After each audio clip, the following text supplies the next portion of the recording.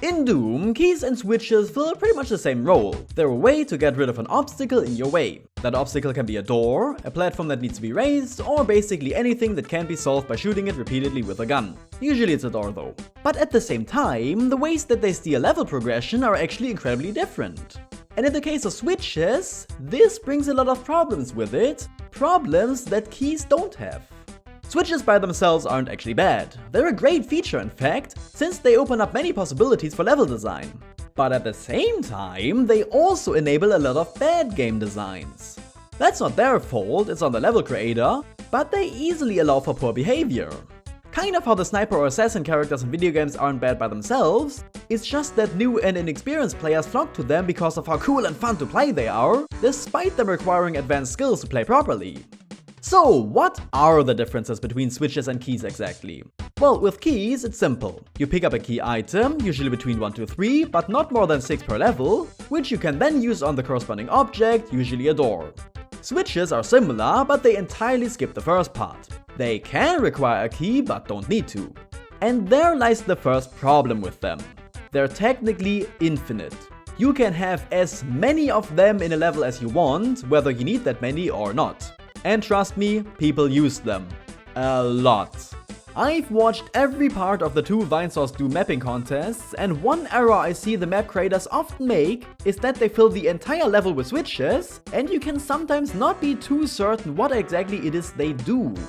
It can get very overwhelming if you're constantly flipping switches, especially while replaying a level. Did this one raise the platform or open that door? No wait, it activated that machine. Or did it? Oh, no, my bad, it was just a light switch. The same room can even have several switches at once, which all activate different parts of the level, sometimes even out of view. And this ties in with the next problem, which is that not only can you lose track of several switches at once, but also lose track of just one. The Blood Room ward, for instance, is infamous for its cryptic level design, where one switch opens up an earlier part of the map, with no indication where it was even happening. Now where do I go? This is a lot of hunting for stuff, and I don't know if it really fits a level of this caliber. You get lost a lot. I think the average player would also get really lost. What makes this problem worse is if you don't even know what the switch did. Because it does something off screen where you can never see nor hear it. Did it open a door? Raise a platform? Lower the water level? This means that you just end up running around until you figure it out. Not knowing where to go and potentially having to backtrack the level several times is one of the cardinal sins of Doom wards. The player should always be guided in the right direction, or at the very least, have a vague idea of where to go in a level. This problem existed in the first Doom games too, but due to limitations, the levels could never be too big for this to become such a massive problem. But thanks to better hardware, there's really no limit to how big a map can be, or how many cryptic switches it can contain. Switches don't even need to be physical things you can see either. Since it's just a trigger, it can be put on any line def, even an invisible one on the floor. Maybe you just walk up some stairs and suddenly a door opens. And some creators actually do that. Looking at you, American McGee. Another terrible issue I've noticed in especially Doom 2 and certain custom wards was inconsistency. Sometimes certain switches were already activated, and sometimes they weren't. Sometimes the same switch texture changed meaning between levels. In one level it served as an actual switch, but in the next one it was just wall decoration. In very extreme cases, they even used the same texture for multiple things throughout the level, such as in the courtyard of Doom 2. The freaking gargoyle and lion textures are pretty much the worst offenders of this. If the texture you wanna use is in the switches folder, then maybe don't use it for anything but switches? Basically, switches lead to a lot of uncertainty, inconsistency, and unnecessarily increase the time spent running around the level. Now contrast that with keys. First of all, keys have a limit to them.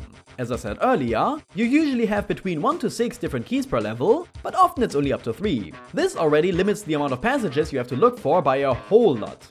Sure, the thing that keys can activate can still be put in really obscure places, but at the same time, if you for example see a door surrounded by red somewhere in the world, you know that you need the red key for that. And you can also see it quite clearly on the map. Even if the key doesn't open up a door right away and requires a switch as well, it's still usually surrounded by the colors of the key. Well, I say that, but even if you're the absolute worst kind of level designer and just put unmarked switches somewhere in the world, there's still an idiot-proof mechanic. See that? Now you know at the very least that you even require a key, and also which one. And after picking up the red key, you now know with 100% certainty that you can from now on open all red doors that you come across. You don't have to run around the level looking for that one door that may or may not have opened. So overall, switches are not bad by themselves, but they easily enable poor behavior. On the other hand, the limitations of keys is where the beauty lies in. Since you can only use so many per level and they're very straightforward, you're forced to keep everything simple and streamlined. So maybe you're a level designer and want to avoid these problems. In that case, I will try to offer some solutions to them. The first step would be moderation. Ask yourself this question: is it really important for a switch to exist there? If all you use switches for is to open doors, then it gets very boring. They should also do things like raise and lower platforms, for instance. If you want to use switches to simply open up a part of the level that was previously inaccessible, then you can also do that in different ways. Maybe once you climb the tower, you can now jump down onto a platform that you couldn't reach earlier. At the very least, don't use them to open up a door to the next room in the very same room that it's in. If you can reach the door yourself, there is no need for a switch. Keep it simple, because that's what makes Doom so wonderful. The second step is consistency. This one is pretty quick and simple. Don't use switch textures just as decoration. The player should always know what to look for once they can reach the next part. The same also goes for lift and door textures, which are somewhat related. If you decide to use this one for lifts, then don't just put it randomly on a wall because it looks cool. And stop putting in doors that are closed but you can't ever open. Also, if you set up the rule that doors can only be opened by switches or by clicking on them directly, then don't just put triggers for them on the floor. Otherwise, the player might not even know how to progress until they randomly stumble upon the very hidden way to open up the next passage. And be very careful when putting the switches on computer terminals, since that means that if it works once, the player will now check every single computer the next time they don't know where to go. And the last step is clarity. Always make it very obvious exactly what the switch does. When the player activates it, they should always immediately see or hear the reaction. So either they can hear the door open up in another room, or they can see the platform being raised through a window next to the switch. If, for whatever reason, the switch absolutely has to activate something in a different part of the level, then you could also play a little cutscene showing it, or you could make it display some text on screen after flipping it. A best case scenario for this would be E1 and 5 of Doom 1. Stepping over this line there to raise the platform is pretty cryptic, but you can immediately see what's happening, and there isn't really any other way for you to go. If you did something like this, then you would still have the freedom of making the level more interactive and not having to have a visual switch, but without sacrificing the flow of the level. A worst case scenario would probably be something along the lines of Hexen. I was doing a puzzle? A more recent example would be Sigil's use of eye objects for switches. I don't mind them being there since the very first level teaches you how they work without any ambiguity. It's a clever twist on the original and not something you would initially think of, but it's taught to you very early on and they only ever open up the next passage. A bad implementation would be the switches disguised as torches in Doom 2.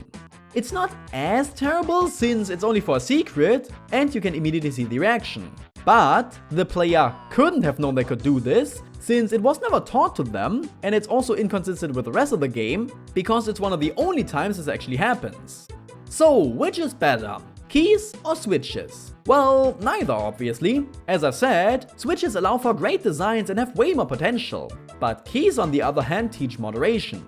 After all, less is more, and this way you're forced to really think about your level designs. As long as you keep these solutions in mind, there's really nothing you can do wrong. So, in conclusion, Doom is great, mapping rocks, and here's my patrons.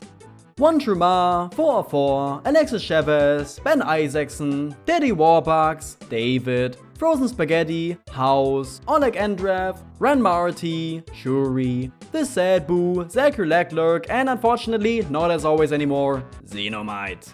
Thank you very much for supporting me and my channel, it really means a lot. And thank you too very much for watching. Have a wonderful day and goodbye.